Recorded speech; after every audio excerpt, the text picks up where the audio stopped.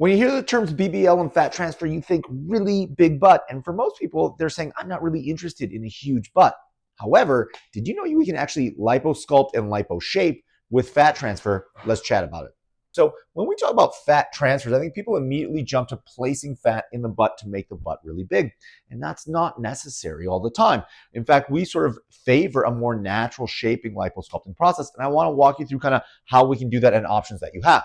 So first thing I want to do is I want to define terminology, because sometimes the terms that you use are different from the terms that the surgeon will use, and we want to make sure everybody's on the same page. So number one, you'll hear us throw on the term flanks a lot, and flanks really means waist, and that's really step one of shaping. We want to define the waist or really remove fat from the flanks itself and start to shape that waist in.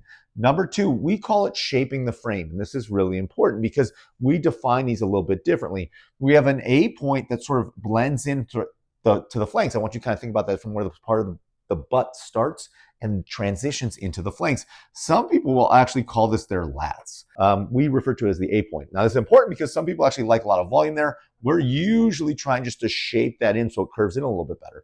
The next point we describe is your B point, or we really call that your hip, where your femur is kind of inserting into your pelvic bone. And that's important because some people say, I want a big hip, but they already have big hips. We don't want to actually bring it bigger. Most people, when they say they want a little bit more hips, they're talking about their C point, or sort of those hip dips that they have. And that's actually where the muscle naturally sort of peters out as it turns into a tendinous insertion into the bone itself. If you think the muscle's really thick, but when it's got to insert, it sort of turns into almost like a rope to be really tight, and that thins it out. And that's where we like to add a little bit of fat to really help to liposculpt and liposhape that frame. And that's how we can use fat transfers, also called BBLs, to naturally shape and not necessarily give you huge volumes and make things look unnatural.